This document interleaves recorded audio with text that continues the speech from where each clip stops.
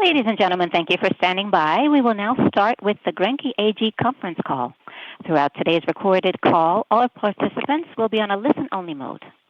I would now like to turn the conference over to Anke Lennart. Welcome, ladies and gentlemen, and thank you for joining our Q2 earnings call. My name is Anke Lennart. I'm head of IR, and I'm here today with our CEO, Dr. Sebastian Hirsch, and our CFO, Dr. Martin Paal. We will start with the presentations by Sebastian and Martin, and right afterwards we will enter in our Q&A session. If you like to ask a question later on, please press star followed by 1 on your phone. With that, I would like to pass the call on to Sebastian. Go ahead, please. Thank you, Anke. And also a warm welcome from my side to our earnings call, and thanks for joining us. Ladies and gentlemen, we are on track with our ambitious targets for 2024. Not only did our leasing new business reach a record level, but we were also able to increasing our efficiency. This increase in efficiency is reflected in the positive development of our profits. The main drivers for this development were firstly the focus on leasing business. We see an unbroken demand for leasing solutions by our small-medium enterprise customers. Leasing promotes investment since it puts a pay-per-use notion at the center. So the questions our customer always ask themselves, why should I own this object if I could just pay per use, if I could just pay the actual use of it? Especially in an environment of elevated interest rates, a usage-based financing makes much more sense than a loan from a bank or taking own cash. Since we operate in the small ticket segment, the lease rates for our customers are quite affordable. And secondly, an increased efficiency. We continue on track of increasing efficiency among the entire value chain. Our digitalization program therefore plays a pivotal role in this context, and we will continue. Before diving into our operations, allow me to provide you with an overview of our business environment.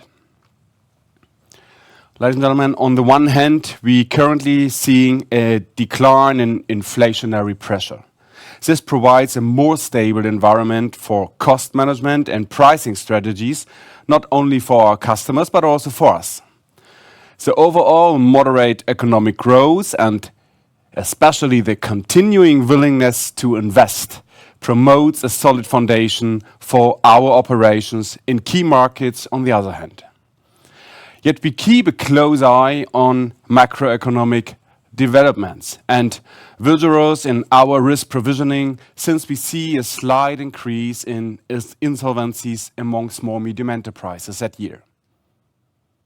With the first interest rate decrease in June by ECB, we are confident that our own future funding cost will come down.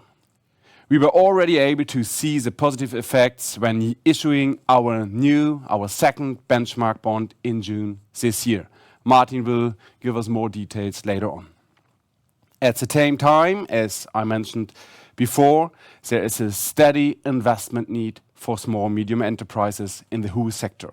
The transition to net zero emissions and the transformation to a more digitalization, to a more digital business model for small-medium enterprises, to automation, among factors contributing a constant anticipated demand for our business. And now allow me to provide you with an overview of our, let's say, internal highlights for the first half of 2024. As previously announced, we opened our second subsidiary in the US, namely in Chicago, Illinois. While still being a rather small country compared to other markets, we see huge potential in the US market in the years to come. With our focus on leasing, we continue to grow our customer base with now over 680,000 customers and with more than 1 million running leasing contracts. And this provides a foundation for our lease receivables. And that's another milestone in grenke history, is that our lease receivables exceeded the 6 billion euro threshold first time. And we won't stop here, but want to become our small-medium enterprise customers' best choice when thinking about small-ticket investments and taking leasing. Currently, we are talking with several interested parties regards to our factoring business. You know we would like to sell the factoring business, and we are in very good conversation there. One of our capital market related highlight was definitely, as I mentioned, the success in issuing yet another benchmark bond. Additionally, we reached 3% of total shares as part of our share buyback program in July. We strongly believe in our unparalleled business model and are very pleased that we were able to have achieved the 3% line quite quickly at affordable prices. Now turning to an important figure for us and many stakeholders and many of you, the return on equity. Our increasing profitability eventually leads to a higher return on equity. With a return on equity before tax of 8.5% compared to 7.8% in the first half of 2023, we are quite satisfied with this plus. It should be a starting point for a development into a double-digit range of return on equity. But we not only want to act sustainably in our profitability, in our business with small, medium enterprises and figures and numbers, we also have some very important and successful efforts in our ESG behavior. The significant improvement of ratings by MSCI, by Sustainalytics and ISS encourage us that we are on the right track also in this regard. As mentioned before, our object portfolio reflects that ESG-related objects categories are increasingly demanded by our customers. Ladies and gentlemen, some charts and figures, and I would like to repeat, we are on track despite a challenging macroeconomic environment. With our leasing new business, we saw a strong double-digit increase, a plus of 21.5%, reaching 790 million. On top of that, our contribution margins, the CM2, a key indicator of our profitability from the new business, we printed expanded by 19.4% to 131 million euro roughly. And this resulted to a stable margin of CM2 in 16.6%. So we did not grow at cost of our future profitability. With an average growth rate in volume of 16%, the compounded average growth rate, this success is evidence for our strategic focus and ability to adapt the current overall challenging environment. Leveraging small, medium enterprises' investment needs, effectively managing refinancing costs and passing them into our lease contracts. And I will underline that numbers, that figures in new business is a base for our future earning growth. The satisfactory decrease of our cost-income ratio we see here is a result of, firstly, our efforts in increasing our efficiency, and secondly, our rigorous cost discipline. With that being said, let me hand over to our CFO, Martin. The stage is yours. Yeah, thank you, Sebastian, very much. And I would like to start today's presentation with a view on our key performance indicators. In the first half of 2024, we saw a positive trend in our KPIs, which are very much aligned with our annual targets. Our group earnings rose as planned to 45 million, driven by our strong leasing new business. As an additional result of this, our lease receivables surpassed 6 billion euro for the first time at the end of Q2, which provides a solid foundation for future earnings. And in the first 6 months, our loss rate saw normalization reaching 1.1 after 1.0% in the first half of 2023. And this normalization reflects, on the one hand, our drive to further grow our leasing business, and on the other hand, the continuous challenging overall market conditions for customers, as seen in a slight rising number of insolvencies. With this result, we are on level within our guidance of below 1.5% for the loss rate. Our equity ratio changed in terms of gearing to 18.3%, mainly driven by the ongoing share buyback program, to which I will come later on in more detail. Aiming for an equity ratio above 16%, we retain comfortable headroom for future growth. And lastly, we achieved a significant reduction, as Sebastian already pointed out, of our cost-income ratio in the second quarter, from 58.3% in the first half of last year to 57.1%. And we anticipated this development as cost only slightly increased while expanding our net interest income and profits from new and service business. Let's have a look at our P&L. Here we can see the highlights, the drivers of our growth. Net interest income rose by 8.5 million to 176 million in the first 6 months, while profits from new and service business grew even stronger by 13 million to 102 million. In contrast, as I mentioned, our cost structure increased only slightly to 159 million, while settlements of claims and risk and provisions increased to 55 million euro. This reflecting the elevated uncertainty in the macroeconomic environment. Driven by the strong increase in income and new and service business, we grew our operating result by nearly 6 million to 58.3 million, achieving group earnings of 45 million euro. So let's now take a closer look at our cost-income ratio. In the second quarter, we continue to demonstrate good cost discipline, with only a slight cost increase of 9.5 million compared to the first half of 2023, and that, as you can see here, almost exclusively stemming from increase in staff cost. On the income side, however, we saw the anticipated strong growth by around 22 million euro in total, driven by steady growth along all income parameters. And as a result, we successfully improved the cost-income ratio by 1.2 percentage points to 57.1 in the first half of 2024. And this puts us well on track for our guidance target of below 58% for 2024.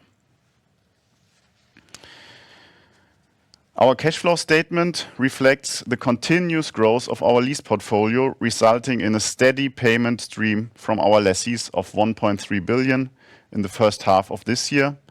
We repaid just under 1.5 million in debt and added slightly more than 1.5 billion in new refinancing facilities, including the issuance of our recent benchmark bond, which we invested into new lease receivables.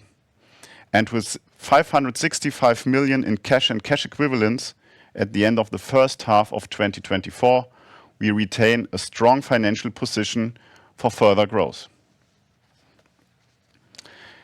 And let me add one sentence to our share buyback program, which we launched in the first quarter of this year. This is running smoothly. As of the end of last week, we have already acquired over 1.5 million shares, or just above 3% of all outstanding shares. Currently, we have spent 35.5 million of the budgeted 70 million euro of our share buyback program. And lastly, our proven funding mix remained widely stable by the end of the second quarter of 2024. We continue to rely on our 3 debt pillars: senior unsecured with 42%, deposit business of grenke Bank, which accounts for 23%, and our asset-backed commercial paper programs, making up 17% of our funding. A particular highlight this quarter was the successful launch of our second benchmark bond of 500 million euro with a coupon of 5.75% and a duration of 5 years. And the bond was significantly oversubscribed. And this issues is further evidence of our refinancing strength and secures our growth. And secondly, I would like to highlight here that both rating agencies, Fitch and S&P, have recently confirmed their investment grade ratings of BBB with a stable outlook for us, which underlines the intrinsic value and profitability of our business. And with this good news, I would like to turn the call back to Sebastian. Thank you, Martin. So, ladies and gentlemen, all our KPIs are on track. Yet we keep a close eye on macroeconomic developments while not letting our ambitious targets for 2024 out of sight. If you know me, you know that I'm a passionate cyclist. So let's say the first half of 2024, we achieved an important stage victory, but we must not rest on our laurels. The coming months, particularly the summer months and the dynamic after the seasonal slowdown in August, are crucial for our Q3 figures and targets, and also for the targets of 2024.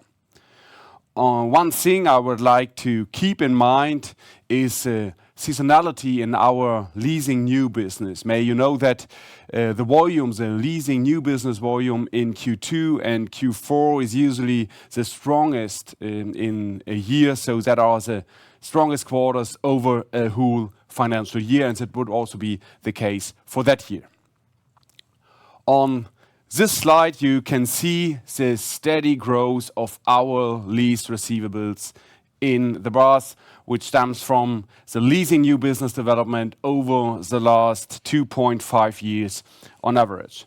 An increase in leasing receivables contributes to a higher interest income. Now, if you add an improving cost-income ratio on top of that, you will reach a better earning before tax, which evidently leads to an improve of return on equity before tax. So we're already on a year-on-year comparison, we anticipate a significant improvement of 2 percentage points, and the green line gives you an indication of where we might heading if all external conditions remain constant. In the end, our numbers can be easily translated. Higher volumes through leasing new business growth, combined with a stable contribution margin, increasing efficiency, which is shown in our cost-income ratio, will boost our return on equity in the long run. Stay tuned on our journey, and we look forward to receiving your questions. Well, thank you, Sebastian and Martin, for your presentations. At this time, ladies and gentlemen, we will start our Q&A session. Anyone who wishes to ask a question may press star followed by 1 on their phone. And if you wish to remove yourself from the question line, you may press star followed by 2. So we start with Marius Fuhrberg with Warburg Research, please. Yeah, thanks for the questions. First one would be on the macro environment outlook. And with regard to you feel reluctancy from your customers to invest into also small products, and therefore do you see any hurdles for your new business? And also in this context, maybe the insolvencies that you saw in Q2 is higher than what you would have expected, or is it in line with expectations? Second question with regard to cost development. Do you expect the cost to continue to grow proportionally lower than top line? So in other words, should we stay below 58% in the CIR also for the remainder of the year? And the last one is, on one side, do you feel a need for any further bond issues for the remainder of the year? So I will take the first questions and I'll hand over to Martin. Thanks, Mr. Fuhrberg, for the question. Of course, the macroeconomic environment is challenging, as mentioned. let's say the insolvencies and the outcome in our loss rate or in our risk provisioning is like expected, as you see in our numbers and our figures. So we are in line also with the KPIs on that.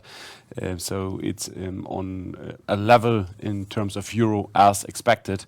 But we are cautious to looking forward to that, and we has to reflect the current environment on the one hand and also the future environment. But again, it's like expected. There's no surprise on the development of that in terms of euro per the first half of 2024.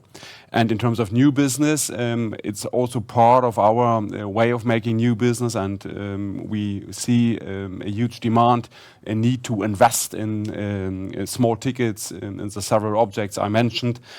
So it's very stable, and it's always the case when the macroeconomic environment is not that stable, then taking a loan is not that easy. Taking own cash is maybe not the best option. So leasing become more attractive for small medium enterprises which are able and willing to invest. So it's also more or less a good indicator for our new business. Yeah, and I would like to take the other two questions. Thanks for that, Mr. Fuhrberg. First one on the cost development.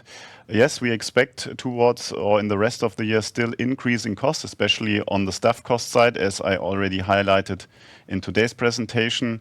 And it is important for us to highlight this, that we are increasing costs, but as you mentioned, that we really increase the top line even stronger, though that the cost-income ratio stays below this 58%, which is the target for this year, and we are confident that we will reach this target towards the end of the year. We have now 57.1 at half year, so we are on a good way to reach this target. The second one is the bond issue. The short answer is yes, we plan to issue another bond this year. This is necessary for our growth. It will, as always, depend on the market conditions, what the year and the next months of the year will bring. We have seen some turbulences in the last week. This lasted only 1 or 2 days. We will find, I'm sure that we will find a good window when we'll go out with a new bond and do another issue. Thank you. Perfect. Thank you very much. So we move on to Roland Fender with Oddo BHF, please. Please, go ahead. Yes, good morning. 2 questions from my side, please. First, on leasing new business, your midterm growth target is here around 12%. Could you please decompose this figure by growth related to number of new contracts sold and just an increase of the ticket size? Right now it looks like a split of 50-50. So would you expect further growth linked to actually higher ticket sizes going forward? So what's the relation here going forward? That's the first question. Second question, coming back to the cost side. If I'm not mistaken, your headcount grew around 7% in the first half year, and the number of new leasing contracts sold also increased by 7%. I'm missing here a little bit operating leverage. So what's the outlook for headcount growth, maybe for this year and also going forward? Because I think this development and personal costs are very important regarding bringing up your profitability for the group. Thank you. I think I can start with a question on the cost side. Morning, Mr. Fender. Thanks for the question. Yes, you are right. We have currently more or less in parallel the development of number of new contracts with number of staff, and we still see this increasing staff costs in this year, and we have planned for that as well. Well, we do not see the operating leverage, what you are mentioning already in this year, because we are, as you know, we are running in parallel our digitalization program, and we will see the first effects of that at the beginning of next year. So we are aware of that growth currently is mainly driven by growth in FTEs, yeah. But from the beginning of next year on, we plan increase in staff costs, which is at a lower rate as we do for this year.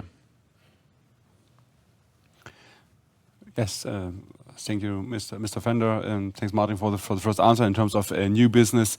There we have to take into account also the let's say, group average. When we look into the ticket size on the group level, we have to see what's the portion of, let's say, Germany, France, Italy, for example.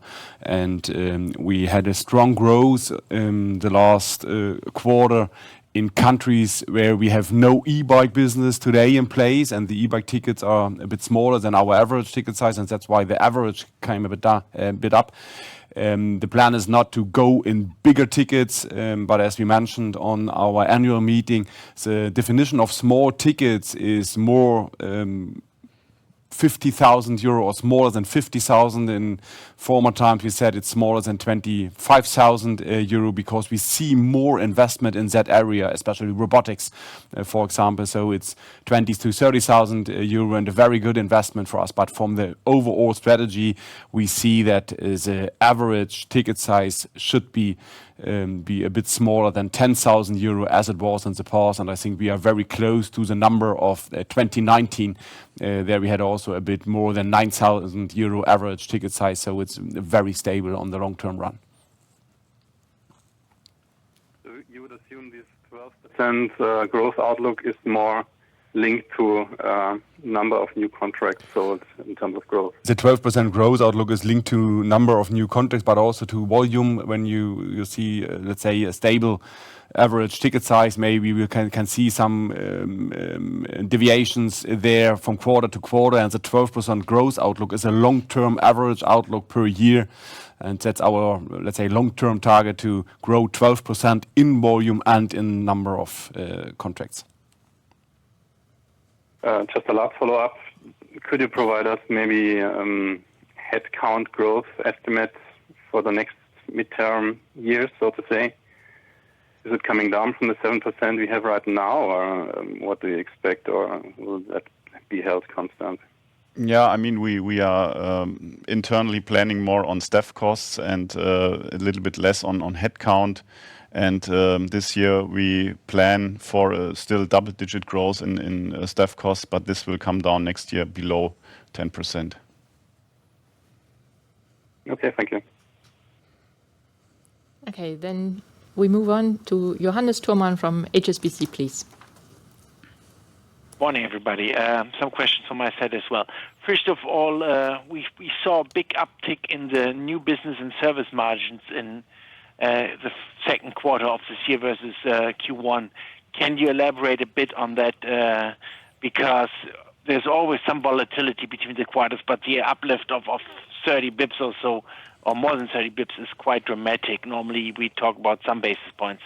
Secondly, can you elaborate a bit more how July volumes were? You gave us a reminder that Q3 is always seasonally weaker. How was July? Was it in line with expectations? And last but not least, any update on the factoring sale? Sorry if I missed that. Okay. Hi, Mr. Thurmann. Thanks for your question. At first, yes, there was an uptake in new business and service. It's linked to the new business development and also the strong growth. And there's also a portfolio impact inside over the last couple of quarters and years. You know that because there was a down in 2020, 21, and especially the service business is very hard linked to the existing contracts and the existing portfolio. And we had now a strong growth over quarters, and we are, let's say, now more or less in a stable environment that the service business is growing, linked to the new business growth of the last 2 years. So there's no down on the portfolio from 2 or 3 years before. That was the case in 23 and 24. So that's why it's why the growth rate in service business over the last quarters and the last years is not that stable. And we are, let's say, today more or less in the normal grenke environment in terms of growth and also for that P&L figure. And in new business, it's a bit the same. It depends a bit on the development on new business. In the quarter, is a new business more in the first months of a quarter? Is it more in the last months of the quarters? It's also linked to that figure, and there's always a bit volatility, and that's the reason for that overall and the half-year figure. And when you look to the average, it's in line with our expectation with the thing we planned. In terms of new business development and volume, July was like planned, so we are well on track, and it was a good July after the second quarter and a good June. It was a good July, and in the same way we explained before in terms of investment behavior, investment needs of our small medium enterprises. Maybe you would like to say something to factoring? Yes, sure. Morning, Mr. Thormann. Thanks for the questions. And I mean, you can expect for the summer quarter, as always, a little bit less volume than in other quarters, given especially the vacations in Southern Europe. But that is always the case in our normal, typical grenke year. And coming back to your question on the factoring sale, yes, we are here full in plan. We're now awaiting the final bits of our potential investors, and then we will evaluate them and do the next step there. I mean, you cannot expect that we then have signing in 2 weeks or so, as you are familiar with M&A processes. So it takes confirmatory due diligence and SPA negotiations and so on. But we are confident that as we planned, we'll see signing of potential buyers with us in the course of this year. I mean, from our side, and I think from all potential bidders' side, the faster the better. Then can we concentrate on our profitable business, on leasing, and the potential buyers then can concentrate on further growing the factoring business.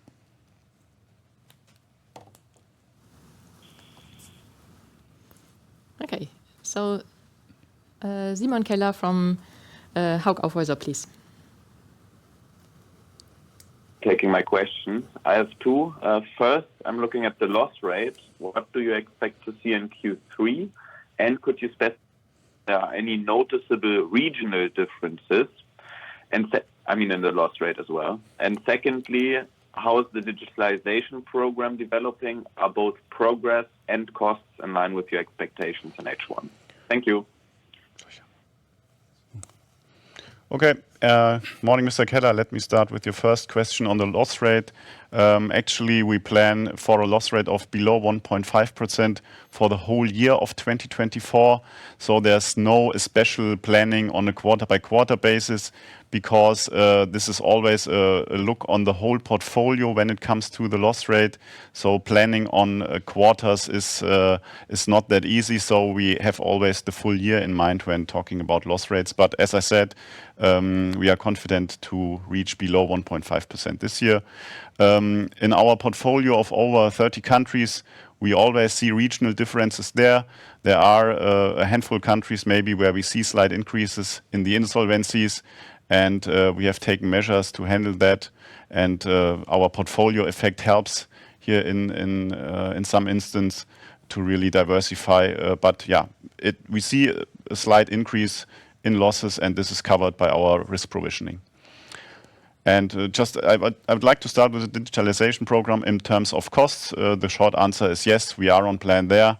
In the first half of this year, as you know, we have planned about 50 million P&L in each year, 23, 24, and 25. And we are still, for this year and for the whole program, in the middle of the plans there. Okay, thank you. Then we have Mengshan San from Deutsche Bank, please. Thank you very much for taking my question. So 3 from my side. The first one on the business seasonality.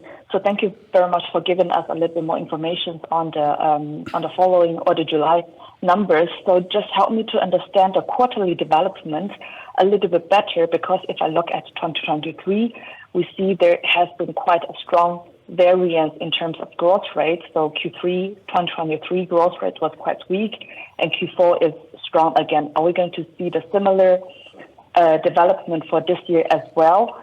And the second one is on the bond issuance that you just mentioned. Could you please give us some more color on the current financing condition that you got?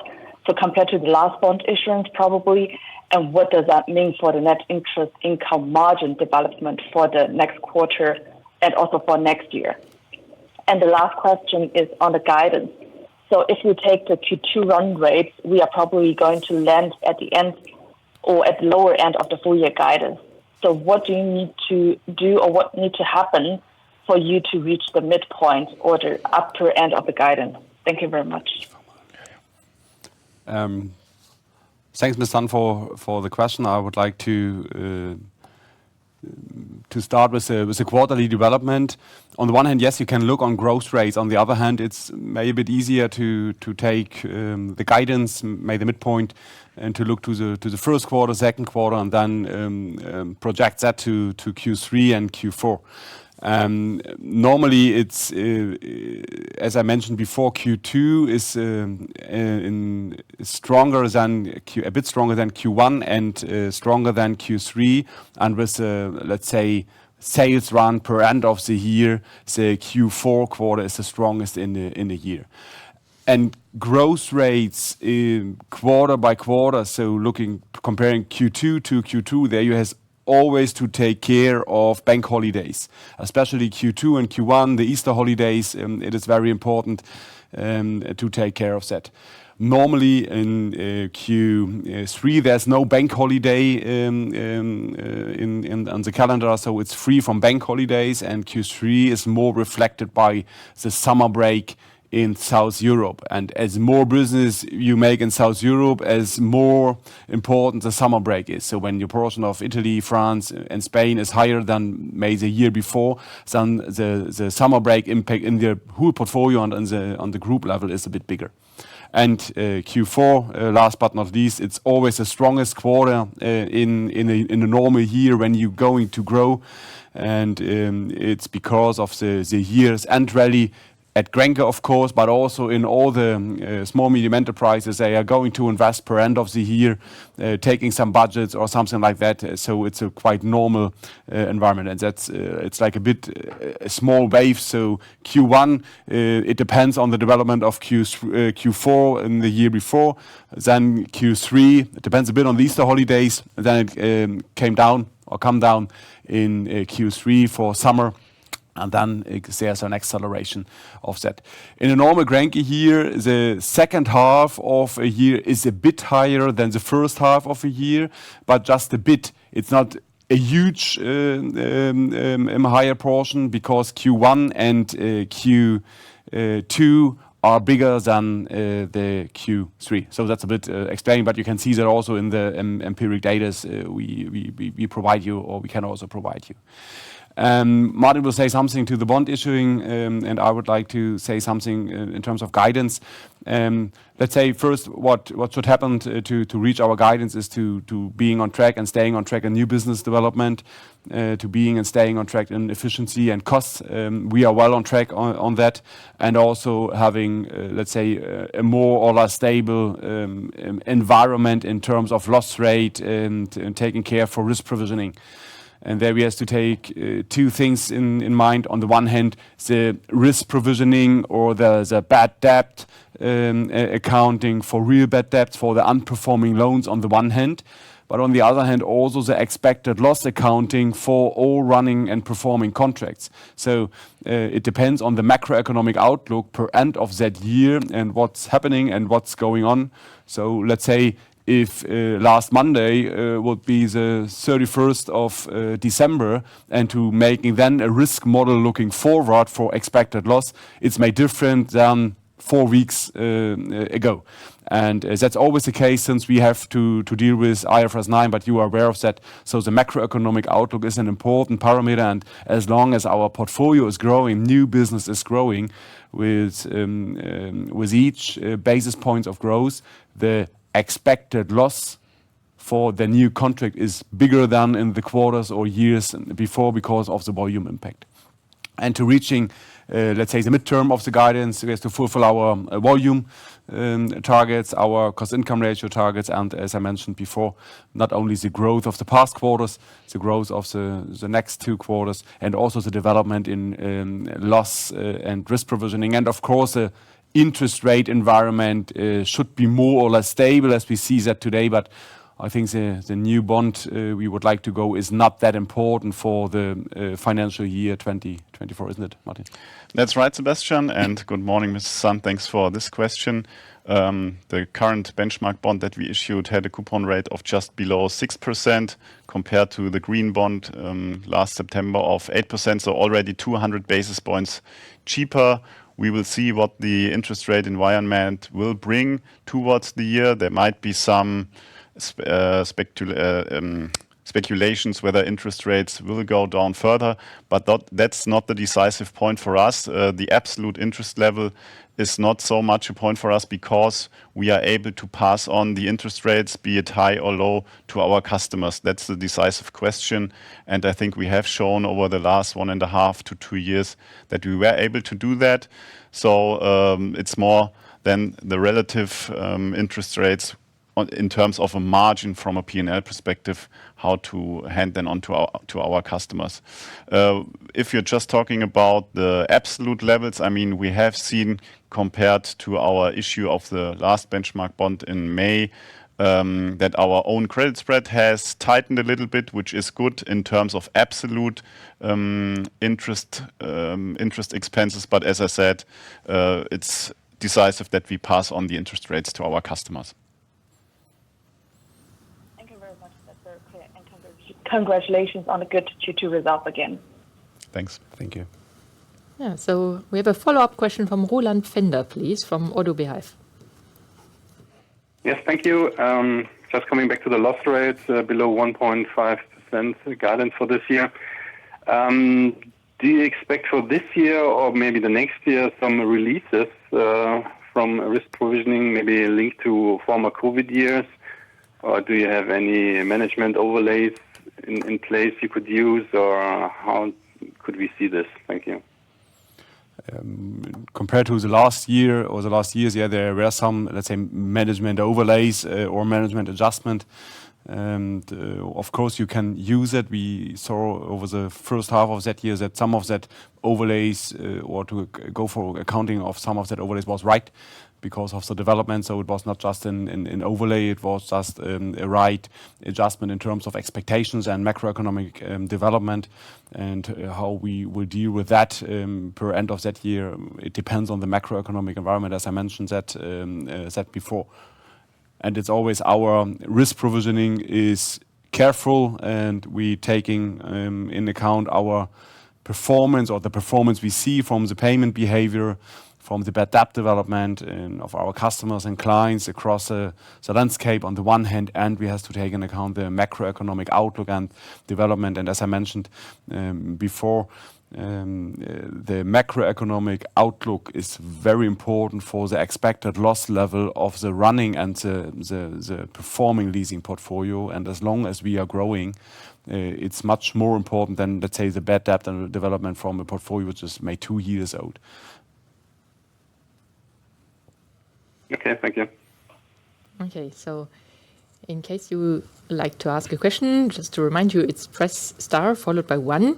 As I can see, we have no questions resulting from the webcast.